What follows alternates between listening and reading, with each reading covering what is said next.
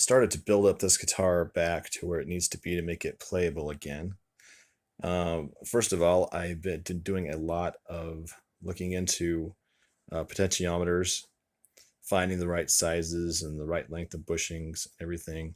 This is going to take the short style. It doesn't need the long style, even though it has somewhat of a carved top. The other thing I started to do is I ordered some of this silver solder paste. I had a hard time finding it anywhere, so I had to order it from an online source. This stuff was actually really easy to use. So what I did was I took the 3 frets that I'm working on and I scrubbed them with some steel wool to get them nice and to get all the gunk off of them, and then cleaned it with alcohol to prepare it for the silver solder. And then I just went and dabbed a little bit in each of the little divots. Turned my soldering iron to its hottest setting, just tapped near it until they started kind of conforming a little bit to the frets, and then I just went ahead and ran over it with the soldering iron to level it out a little bit. So there's some places where it didn't level out very good. There's some really sharp points, especially over here. Maybe you can see those if I zoom in enough. But hey, those look terrible.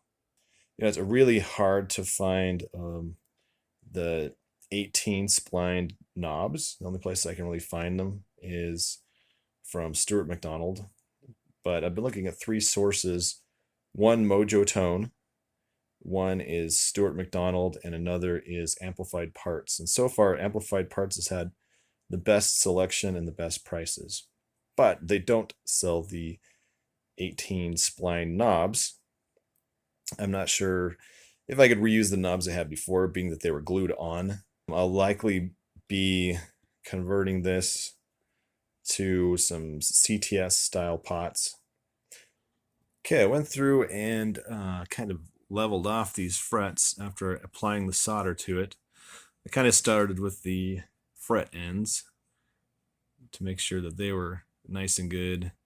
And I took a Sharpie and did the little marker thing to make sure I was hitting everything evenly.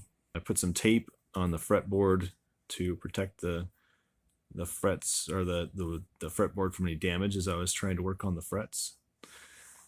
I also went through and kind of used this as I couldn't figure out what would be my greatest, straightest piece of metal that I had, so I used these feeler gauges as kind of a makeshift fret rocker to make sure everything was straight.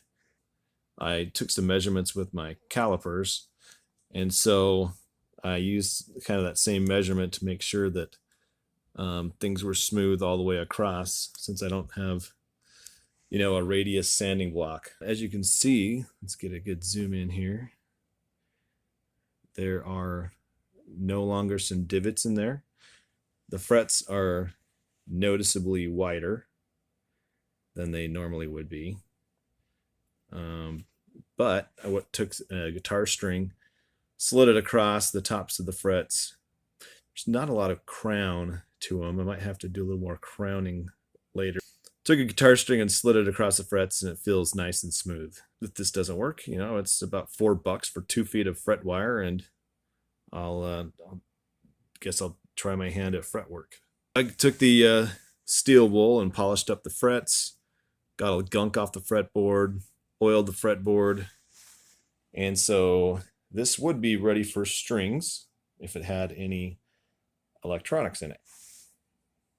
This is the tool I use to level the frets, just lightly, barely pressing. It did quite help to put the marker on it so I can make sure I'm doing it evenly. And then for the kind of finer work, I used a little nail file that my wife let me borrow. And speaking of electronics, I mentioned these pickups in the assessment video. I didn't think I was going to do anything with those. I did kind of look at the possibility of removing the ceramic magnets and converted these to Alnico pickups. for a more kind of vintage tone. But unfortunately, these pickups are wound really hot. We're in like 15.3K. I think one of them might have been 17K. And that's just going to saturate those Alnico magnets and be really muddy. So I did notice that with the Special 2 that I'll be preparing to sell, it has the same pickups, but the pickups actually have the adjustment screws in them, whereas the one that came with the Les Paul 100 do not. So I think what I'm going to do is take these pickups and put them in the Les Paul 100 and then add some pickup covers. I also noticed that the switch seems to be of better quality. So I'm toying with the idea of swapping out the switch. So some of these electronics may be going into the Les Paul 100, and the Les Paul's electronics may be coming back into here. But it's going to make it hard to play E flat if I don't have an E flat guitar, because I have 2 guitars down and the other one goes to my son. I can probably get by with that, doing that for a few weeks. Okay, I've got some parts in for the Les Paul 100 Studio that I've been working on. Just go through those really quick. First of all, I picked up a cream jack plate because I wanted to get everything to match on the guitar. Decided to go with CTS pots. I wanted to get some alphas or some burns or something that didn't quite cost as much, being that this is a studio guitar. But I just couldn't find any knobs that would fit those from the suppliers that I was looking at, which is kind of strange.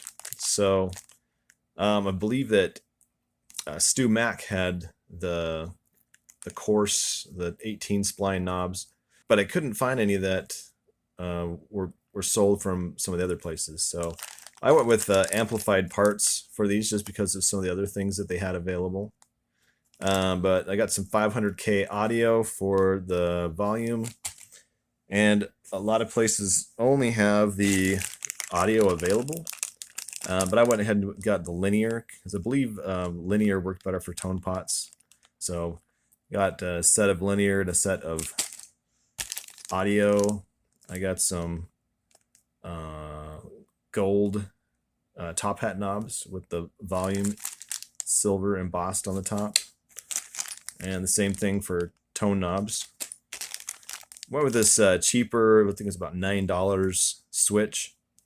I tried to take the tip from the other switch that I was removing from here off and put it on here, but they're a different size. So I'm going to have to get another switch tip ordered in. Not that that's a big deal. I did check this, make sure it fits in the cavity, and that's good. Also picked up a chrome pick guard because the other one was gold and all the other hardware was chrome, so it didn't seem to match very good. So I picked that up as well. And just in case my poor man's fret job didn't work, for about $5 on Amplified Parts, which is where I got these pieces from, I got 2 foot of fret wire. And so made sure it was the right size and everything. And so if those 3 frets, that the fret fill didn't work so well, I might try pounding this in there and see how that goes. But hopefully I won't have to do that.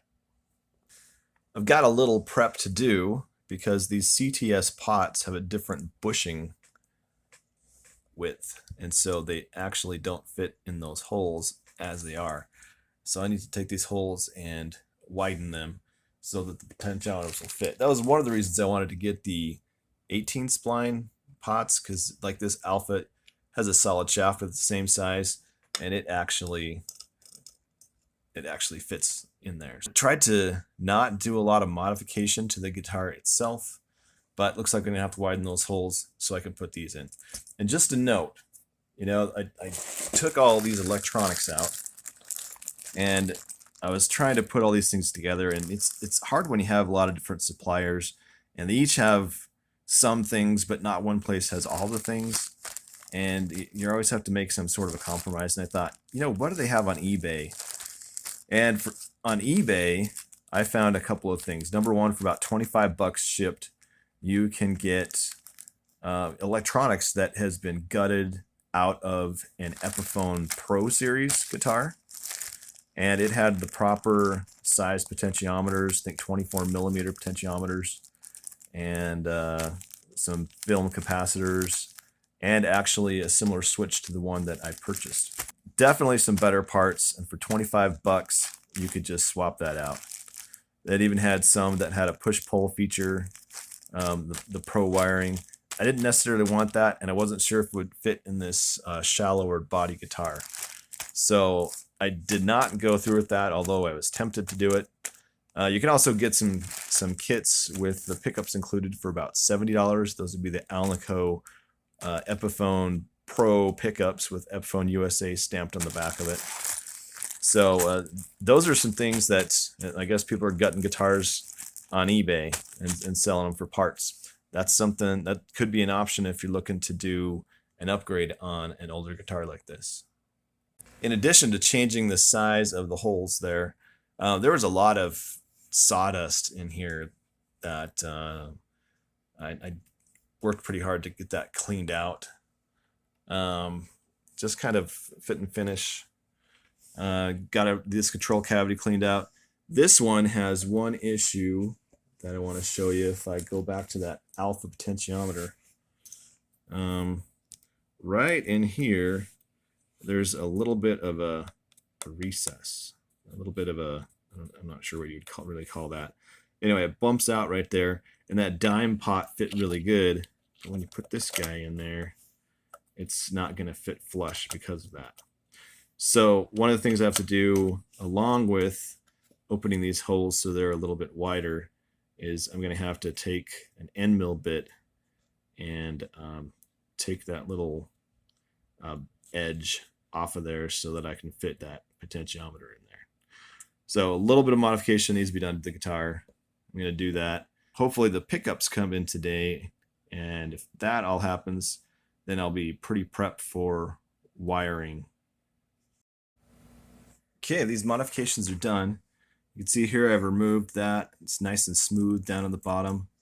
I just kind of put a t-shirt on my drill press table and used an end mill, which, if you're not familiar with that, that's a fancy drill bit that cuts side to side as well as up and down. It has a flat bottom, so you can see in some areas where the flat bottom contacted a little bit around where the potentiometer mounts.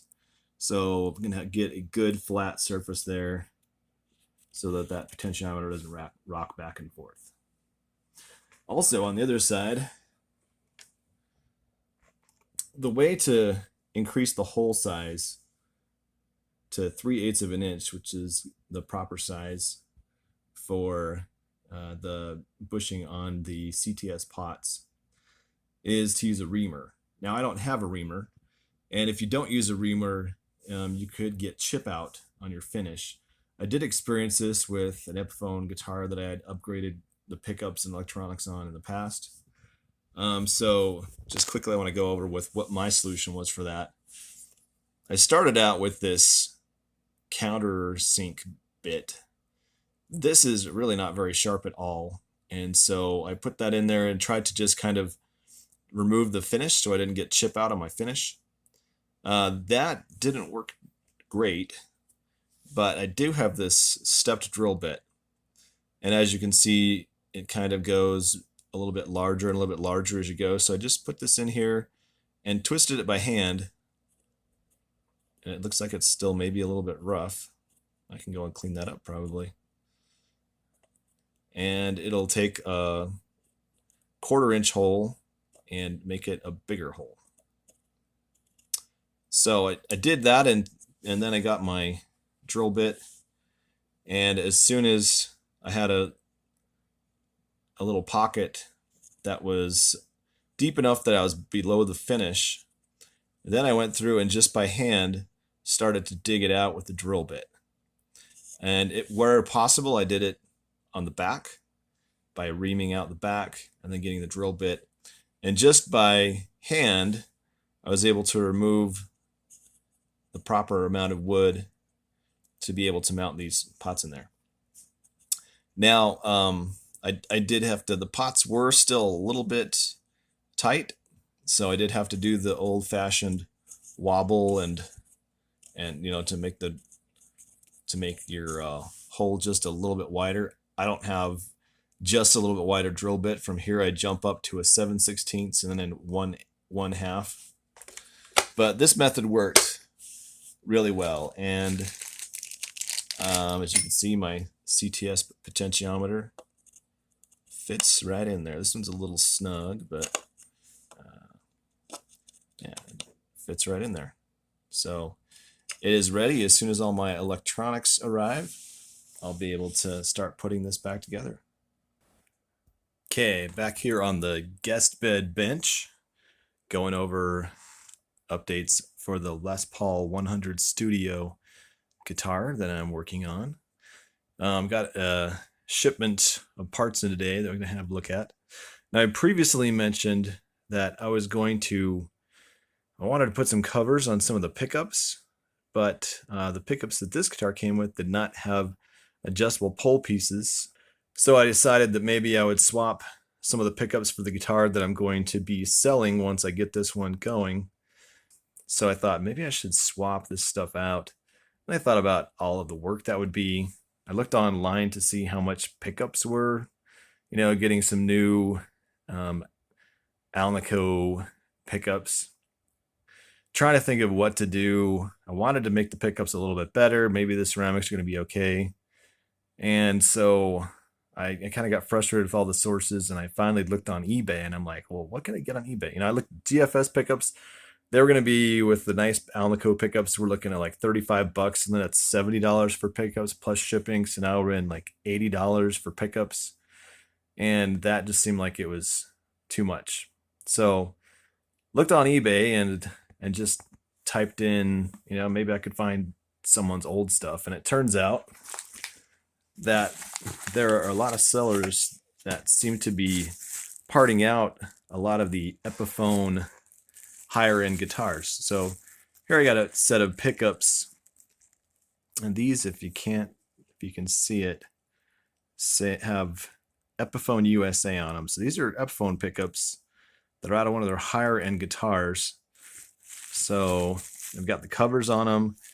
I think they're in around the 9K range. I'm not sure. I'm gonna have to test that. These have got the Alnico magnets in them. So these are gonna be, hopefully these are gonna be pretty nice. Of course, if I want a little hotter output, I can always, run it through a booster pedal or something like that, which is something that I'm kind of interested in making, actually. So maybe that'll be a future video. But so these Alnico pickups are going to go into this guitar. Also, I didn't talk about the capacitors. Went and looked in the control cavities of a lot of my nicer guitars, and it's just, when you pay a lot of money for a guitar and you open the control cavity and there's like a little tiny ceramic disc cap, it just kind of makes you sad. So what I did is I went and thought, hey, what if they had these like Phillips mustard caps? So these are like 100 volt 0.022 microfarad mustard caps. These in themselves were less than one Bumblebee cap, but they're probably going to have a similar sound based on their construction. And they cost less than just one of those. And I've got here enough that I could potentially do 5 guitars. The only potential problem with these is the leads are a little bit small, so they may or may not fit well. But if not, I can add some wire to this and solder another wire on there. I've done it before, and then I'll have some really nice 60s old stock capacitors that are going to go in this guitar. So, but before we get to mounting all that stuff and wiring it up, there's one more thing I need to do with this guitar, and mostly there are a little bit of spots on here where there's a very thin coat of the Modge Podge stuff. and I'm not really too concerned about that, but I do want to clean this up a little bit. So I'm going to take some naphtha and see if I can get some of the surface stuff off of this without having to go into all that watering and scraping that I did a while back. So that's the next step. Okay, I've got this guitar to a place where I think it's been cleaned up really well. The naphtha worked pretty good, actually really well for some of the really, really thin areas. There were some areas where there was a little clump here and there that didn't quite come off. And water didn't work great this time around. I didn't do any soaking. I just kind of put water in there as a lubricant. Didn't work great. And I'd already used a bunch of naphtha, so I didn't really want to use naphtha for that. I put my rags away and everything. So I just licked my finger and put a little dab of spit on there, went after it with the scraper. And now I think I've got most of the noticeable modge podge stuff off of this guitar. You can see in the light here, you can see some dings here and there. So this guitar is definitely not perfect. It's been around the block, but I had a bunch of sticker residue in the nap that took that right off. I was really happy about that. Didn't have to do any scraping or anything there. I also went ahead and took the tuners off. It's one of the things I like to do is tighten up the tuners anyway. I wanted to take those off and get clean right under there so that everything just looks great before I start putting it back together. So that's kind of the teardown, I suppose. And the next video, I'll be going over building this guitar up, seeing how these 3 frets that I filled the divots on are doing. The fret ends feel pretty good, actually. I think that's pretty good. I might not have to refret this, so that might be a good solution for some of you out there who have a beater guitar that just needs a little touch up.